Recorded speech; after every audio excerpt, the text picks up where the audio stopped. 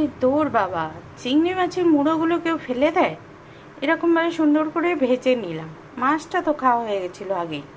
এর মধ্যে সর্ষের তেল দিয়ে শুকনো লঙ্কা ফোড়ন দিয়ে দেবো একটু কালো জিরে। এরকম গরম হয়ে গেছে দেখুন। দেবো একটু রসুন বাটা। আচ্ছা করে নেড়ে নিয়ে এবার আলুগুলো দিয়ে দেবো। কুচনো আলুগুলো আমি দিয়ে দিচ্ছি।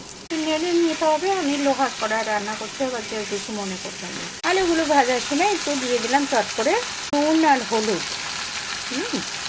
টেনে ঘর ঢাকা দিয়ে এটাকে হতে দেবো। এই ফাঁকে একটু পেঁয়াজ কুচি নিলাম, সেই পেঁয়াজটা এখন অ্যাড করে দিচ্ছি। মিশিয়ে দিলাম। একজন বাঙালি ইউটিউবারকে সাবস্ক্রাইব করবেন, সাপোর্ট করবেন। Thanks for watching. ছোট্ট একটা ইউটিউব চ্যানেল চালাই, একটু কমেন্ট করে একটু সাপোর্ট করে পাশে থাকবেন। এটা পুরো জমে খেয়ে ভাত খেতে এটাই যথেষ্ট। করবেন তো আমাকে সাপোর্ট, কথা দিন।